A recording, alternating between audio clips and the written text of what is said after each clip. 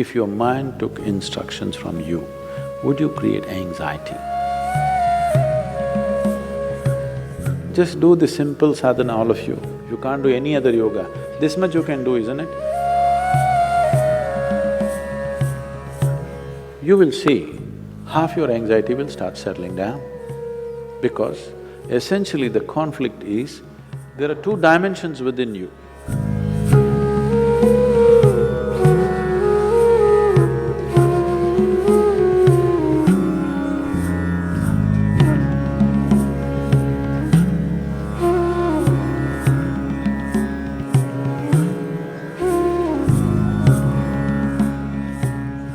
If your mind took instructions from you, would you create anxiety?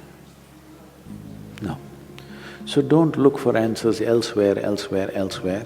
It is just that your own physiology and your psychological patterns not taking instructions from you. So you said so many things, I try, whatever these big words are floating all over California particularly, about surrendering to it, about letting it go, about… Not for one person has such a thing worked, ever. Has it, I'm asking you?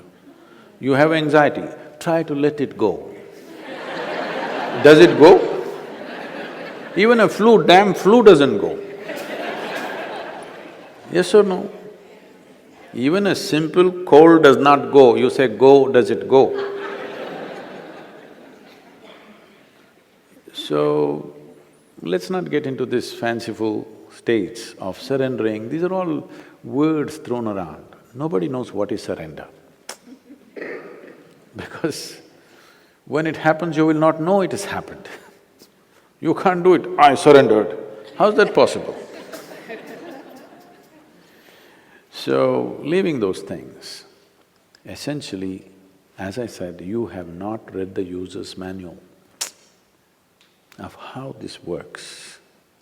We need to pay attention to this. The system is made in such a way, if you hold your hand like this, it'll work one way. If you do like this, it'll work another way. If you do like that, it'll work another way. It's a phenomenal process. If it was a simple thing, we could have just beaten it into shape with hammer and anvil, okay? It's too sophisticated. It's a phenomenally complex machine. One needs to pay a certain level of attention to be able to use it for what it is designed for. Otherwise, it'll get itself messed up. Now, there may be many factors, there may be genetic factors, there may be sociological factors, there may be growing up issues, various things.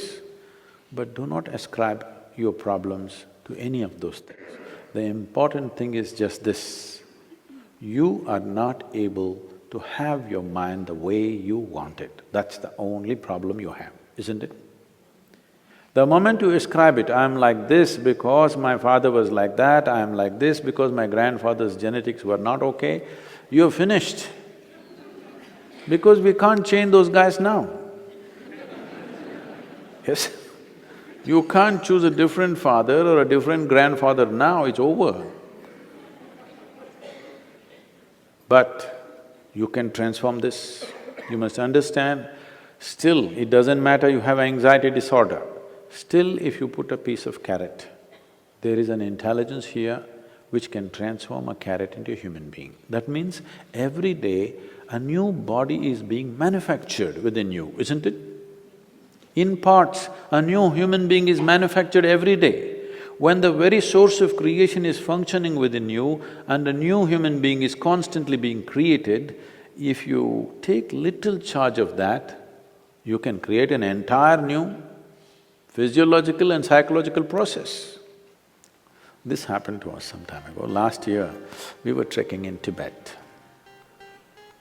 I was in a tent, I was doing some work and another person was cutting an apple. One of these porcelain knives these days. So the other person around says to this person, "It's a very sharp knife, be careful." It irritates me a bit. I look like this because he's a grown man. If it's a child, it's different. Then we have to watch how he uses the knife. It's a full-grown man. And a knife is supposed to be sharp. If it's not sharp, why do you call it a knife? So I ignored it and continued to work. In another 2 minutes, she says again, "It's a very sharp knife, be careful." I said, "Come on, he's a full-grown man, leave him alone, he knows how to use this knife. This stupid knife can't he handle? It's not some earth-moving machinery or spacecraft or something that he doesn't know how to handle. It's a knife." She says, "No, Sadhguru, it's a very sharp knife." All right. And I continue what I'm doing. In another 2 minutes, she whispers to him, "Please be careful, very sharp." And in another 2 minutes, he cuts his finger. Then I give up, okay. This is all that's happening. This is all that's happening with life. You have an intellect for which you don't have a stable enough platform. Or in other words, you have a sharp knife, a very sharp knife a very sharp knife in your hand, but your hand is not steady. Please see, it's your own mind which is causing all this pain, isn't it? Yes or no? So you have a very sharp knife, the sharper it is, the more you cut yourself. So we don't have to blunt the knife, we just have to have a steady hand, isn't it? Nothing has been done about that. People are trying to blunt the knife with all these sedatives and nonsense. What you take is to blunt the knife. Blunting the knife is not the answer, because if you lower the possibilities of who you are, everything will be okay. If you remove half of your brain, you will be quite peaceful. Because it takes some brain to cause anxiety. If we really remove half of your brain, you will be quite peaceful and you may even be happy, actually. Nothing bothers you. It'll be okay. All right? But that's not what we're looking for. What a human being is looking for is to become limitless in some way. And if this has to happen, you have to create a steady platform. Knife need not be taken away, knife need not be blunted. Only thing is, hand needs to be steadied, isn't it? No process to do that.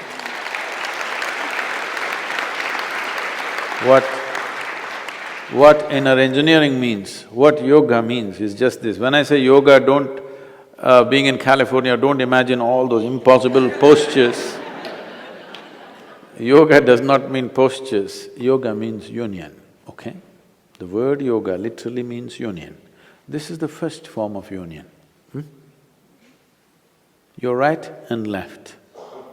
This is called as Pingala and Ida in yoga, the masculine and the feminine within you. Just put it together, just do the simple sadhana, all of you. If you can't do any other yoga, this much you can do, isn't it? What you do is something that concerns your life. It could be the sun coming up. Sun is coming up. Without sun coming up, you wouldn't exist on this planet, isn't it? The warmth of life is going on within you only because the sun comes up. Without the tree exhaling oxygen and you exhaling in carbon dioxide for it and this exchange happening, you wouldn't be alive, isn't it? Like this, look at it, the food that you eat, the sun, the earth that you walk upon, air that you breathe, water that you drink, people who live around you, whatever, you choose anyone. Just do this, put your right and left together perfectly, not like this, not like this, perfectly, okay? Just look at something that really matters to you. Maybe the sun, maybe the sky, maybe the cloud, maybe a tree, maybe a person, maybe a child, an animal, it doesn't matter what. Just look at it, putting your hands together for 10–12 minutes at a stretch. You will see half your anxiety will start settling down. Because essentially the conflict is, there are two dimensions within you. I don't want to go into an elaborate description of this, because the yogic physiology goes elaborately into this. But to put it simply, even in modern medical science is telling you there's a right brain and a left brain, all right? Just put these two things together. Look at with utmost love and appreciation towards something that matters to you. It could be your wife, it could be your husband, it could be your child, a tree, a dog, sky, sun, moon, whatever. Every one of them are vital for your life, isn't it so? Yes? Whatever you can relate to. Putting these two things together, just look at them with utmost pleasantness that you can generate, recognizing how important they are for you. Many things will change. This is the first form of yoga. If I do this, it'll become difficult. And there are many ways to do namaskar, like this, like that, like that. This is the most simple thing. Start here, okay